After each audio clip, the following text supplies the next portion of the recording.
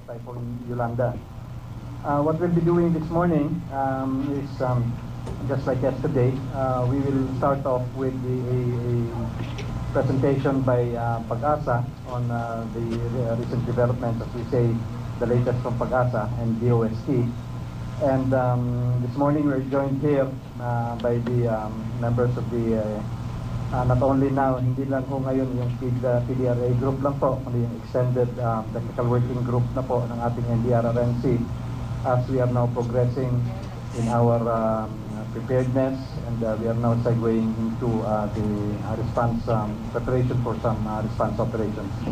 So this morning po, we have with us, at least the agencies na lang po, we have with us here this morning representatives from DILG, DOST, Pag-asa, the DNR, Mines and Geosciences Bureau, the SWD, the MMDA, DOTC, AFP, DPWH, the Philippine Coast Guard, and instead we have friends from the PNP and the Bureau of Fire Protection as well, who are here working with us. Pasensya na po if I missed anybody. But this morning, we will be presenting to you the recent developments on Typhoon Glenda, which is now developed into a typhoon already. So for the details of this, may I request our DOST Pag-asa representative to give us an update on Typhoon Glenda. Thank you, sir. Saka magandang umaga po sa ating lahat. So ito po yung update natin sa bagyong si Linda, habang ito ay patuloy na lumalapit dito sa kalupaan ng Northern Samar at Bicol area. Next slide please. So ito yung satellite animation natin. So makikita natin na ito ay patuloy na nagmumove ng westward, almost westward, towards Northern Samar and Bicol area. Next slide please. So ito naman yung radar natin, Birak. So dito makikita natin yung mata ng bagyo. Not unlike sa satellite, hirap ka pa makita yung pinaka mata ng bagyo. Pero sa radar, kasi may kalapitan siya, makikita natin yung mata. Kaya accurate na yung position natin every hour. Next slide please. So ito yung track natin ng alas 5 kaninang umaga. So ito ay inaasahan na yung Northern Samar ay maapektuhan, malapit masyado siya sa Northern Samar. And then tutuloy siya dito sa may Sorsogon area, and then Camarines, Legazpi, Camarines Provinces, Quezon, and then Rizal, NCR, Bulacan, Bataan, Zambales. So yung mga area, provinces na malapit doon sa pinaka-sentro o sa mata ng bagyong Linda. Next slide please. So kaninang alas 9 ng umaga, ito ay tinatayang nasa layong 180 kilometers east-southeast of Legazpi City or 100 kilometers east of Catarman, Northern Samar. So dahilan dito, nakataas po ang babala ng bagyo bilang 3 sa Catanduanes, Albay, Sorsogon, Camarines Sur, Burias, Anticao Island, and Northern Samar. So ngayon po nakaapekto na yung bagyo doon sa mga lugar, lalo na dito sa Northern Samar. So ang babala ng bagyo bilang 2 naman ay nakataas na ngayon sa may Camarines Norte, Masbate, Marinduque, Quezon kasama ng Puliyo Island, Batangas, Laguna, Cavite, Rizal, Bulacan, Metro Manila, Samar, and Eastern Samar. Ang babala ng bagyo bilang 1 naman ay nakataas sa Romblon, Oriental and Occidental Mindoro, Lubang Island, Pampanga, Bataan, Zambales, Tarlac, Nueva Ecija, Pangasinan, Quirino, Nueva Vizcaya, Benguet, La Union, Aurora, and Northern Leyte kasama na ang Biliran Island. Next slide please.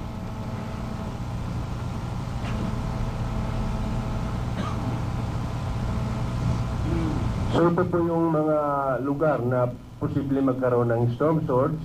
So dito sa may Bicol area, Camarines Provinces, saka dito sa Northern Samar din po. Next slide please. Yun po yung mga areas na posible magkaroon tayo na umaabot po ng 3 meters. Lalong-lalo na yung mga lugar na nasa babala ng bagyo bilang 2 at 3. So yun lang posible magkaroon ng storm surge. Next slide please. So ito yung lugar na kung saan ay maaaring magkaroon ng mga storm surges. Next slide please. So ano po inaasahan natin? So ang bagyong Sigyunda ay inaasahan na tatama sa kalupaan sa may Albay, Sorsogon area ngayong gabi, alas 6 hanggang alas 8 ng gabi, and then ito ay tatahakin ang Albay patungo ng Southern Luzon. Ito naman ay nasa Metro Manila, malapit sa Metro Manila, bukas po ng umaga, mga 9 to 11 a.m. At ito ay mag-exit sa Kalupaan via Zambales area bukas po ng hapon. And then mag-exit ng PAR Thursday evening or Friday morning. Next slide po. So, magiging masungit po ang mga lugar na nasa babala ng bagyo bilang 3 at 2, at ang babala ng bagyo bilang 1 ay magkakaroon sila ng mga pakulan at bugso ng hangin umpisa ngayong araw. Ang storm surge po na umabot sa 3 metro ay posibleng mangyari sa may mga coastal areas na nasa babala ng bagyo bilang 3 at 2. Flood and landslides ay inasahan din sa Region 2, Region 3, NCR, and Bicol Region. Next slide please. So, ito yung mga lugar na directly mapiktuhan o malapit sa mata ng bagyo. Yung Albay, Camarines Provinces, Quezon, Laguna, Rizal, Metro Manila, Cavite, Bataan, Zambales, Bulacan, at Pampanga. So, yun lang po. Maraming salamat.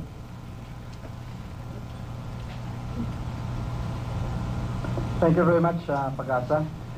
So, yun po ang the latest from Pag-asa, ang mga reports na nakukuha natin.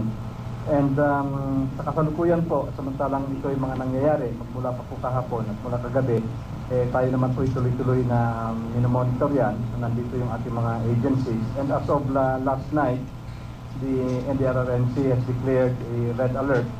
And one of the things that, and the same thing has also been done in our different regions, especially those possibly affected areas where Typhoon Glenda would be going.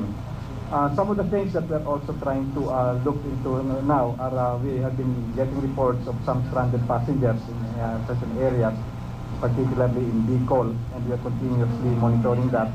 The Philippine Coast Guard is giving us continuing reports on this. And one of the reasons we are also monitoring that is nandiyan din po yung ating DSWD na tumututok dyan na makatulong din sa kanila.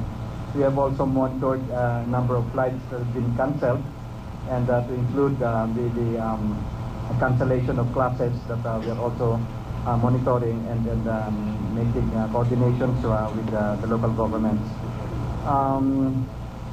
We will continue to conduct press briefings and information with our friends in the media, and as of this time, the reports we're having that as of 15 July 2014,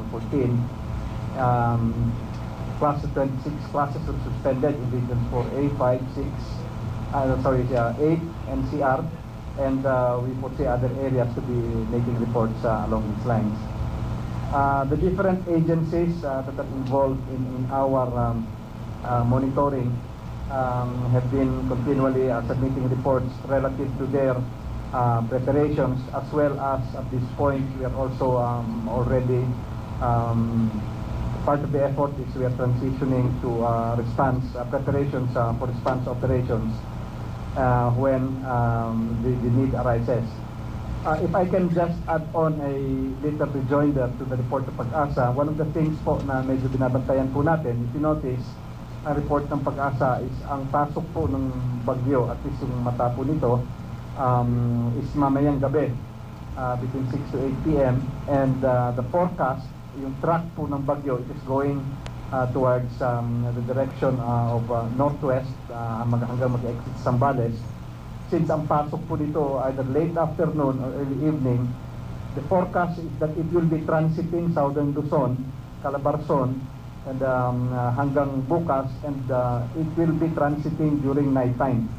So ito po ang isa sa mga aspeto na medyo tinututukan natin at tuloy-tuloy na kino-coordinate natin sa ating mga local governments upang ang mga bagay na to ay nabigyan ng pansin. Isang aspeto rin po sa pagtutulungan ng ating mga kasamahan sa pag-asa, pati local governments at ang yung Coast Guard, is binabantayan din po natin yung timing po ng high tide sa mga lugar na kung saan tinatahak nitong ating bagyo. Dahil one of the areas that we are watching out for, yung mga possible flooding na pumatsyempuhan po na may high tide, isa sa mga factor na makakadulot at makakakontribute sa pagtaas ng tubig doon sa mga suspected areas na kung saan posibleng magkaroon ng high tide. The other agencies are continually... At yan po ang press briefing ng National Disaster Risk Reduction and Management Council o NDRRMC kaugnay ng paghahanda para sa bagyong Glenda. Ayon kay NDRRMC Executive Director Undersecretary Alexander Pama, inaasahang maglalandfall ang bagyong Glenda mamayang alas 6 ng gabi dyan sa may Albay. Tutungo ito pupunta ng Southern Luzon, mga 9 to 11 a.m. Inaasahan ito sa Metro Manila bukas at inaasahang alabas to sa may bandang Zambales.